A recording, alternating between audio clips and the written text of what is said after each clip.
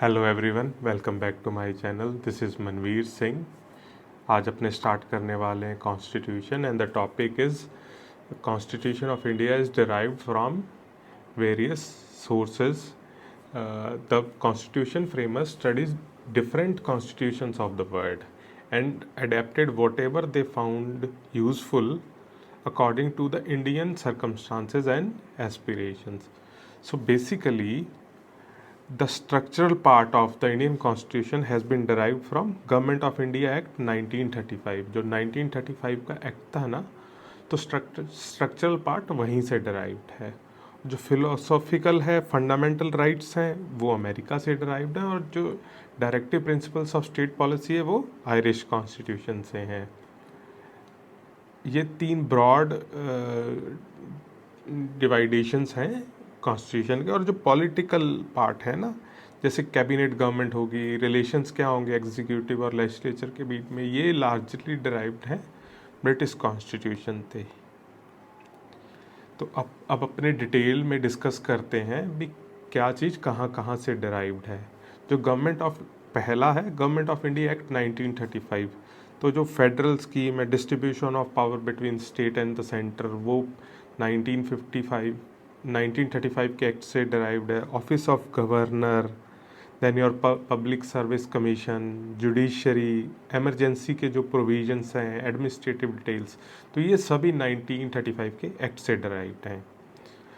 Now comes British constitution से क्या derived है। Parliamentary government, rule of law, that is nobody will be above law, legislative procedure क्या होगा, single citizenship. अब कई बुक्स में ये कनाडा भी प्रोवाइडेड है, तो वो आपको एमसीक्यू से देखना पड़ेगा। Best answer is British constitution. Cabinet system, एक डिसीजन मेकिंग बॉडी होगी। रिट्स, देन योर पार्लियामेंट की प्रिविलेजेस क्या होंगी। बाइकैमरलिज्म, लोकसभा और राज्यसभा दो हाउसेज होंगे पार्लियामेंट के। तो ये सभी ब्रिटिश कॉन्स्टिट्यूशन से डिराइव्ड है। नाउ यूएस कॉन्स्टिट्यूशन से क्या क्या डिराइव्ड है। तो सबसे इम्पॉर्टेंट इज फंडामेंटल राइट्स हैं, जो कि पार्ट 3 में कॉन्स्टिट्यूशन के इनकॉर्पोरेट किए गए हैं। फिर देन और इंडिपेंडेंस ऑफ जुडिशरी भी यूएस कॉन्स्टिट्यूशन से डिराइव्ड है। जुडिशियल रिव्यू, कोई भी लेजिस्लेटिव एक्शन या एग्जीक्यूटिव एक्शन, कोर्ट उसको उस पर डिसीजन दे सकता है, जुडिशियली रिव्यू कर सकता है उसे। इम्पीचमेंट प्रेसिडेंट की, रिमूवल ऑफ सुप्रीम कोर्ट और हाई कोर्ट जजेस की भी यूएस कॉन्स्टिट्यूशन से है। वाइस प्रेसिडेंट की पोस्ट भी यूएस कॉन्स्टिट्यूशन से डिराइव्ड है। These were all derived from US constitution. अब नेक्स्ट इज आयरिश कॉन्स्टिट्यूशन। तो सबसे इम्पॉर्टेंट आयरिश कॉन्स्टिट्यूशन क्या है, directive principles of state policy. तो ये पार्ट 4 में प्रोवाइडेड हैं कॉन्स्टिट्यूशन के, है ना।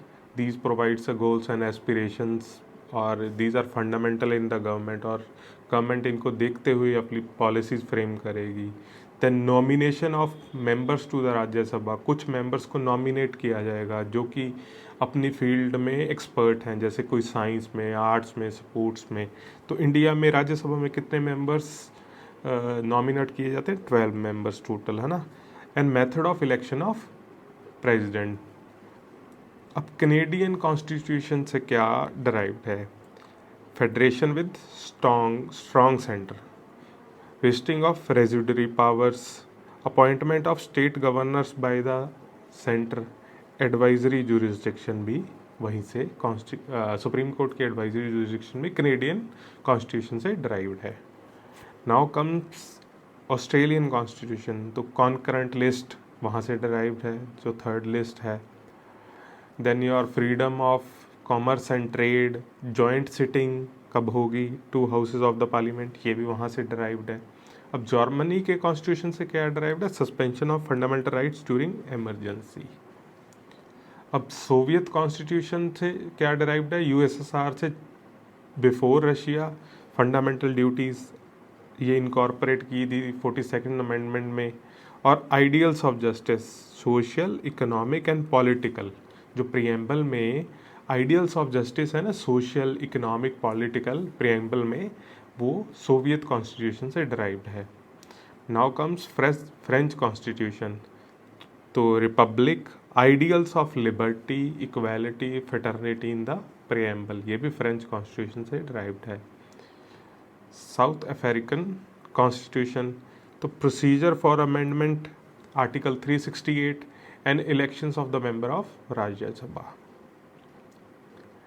Now last is Japanese constitution से क्या ड्राइव्ड है, procedure established by law, article 121 में दिस टर्मोलॉजी इज यूज्ड और ये ड्राइव्ड है जापानीज कॉन्स्टिट्यूशन में। तो this was all about the various sources जहाँ से इंडियन कॉन्स्टिट्यूशन ड्राइव्ड है। इफ होप आप सभी को वीडियोस अच्छी लग रही हैं, please subscribe to my channel. Thank you.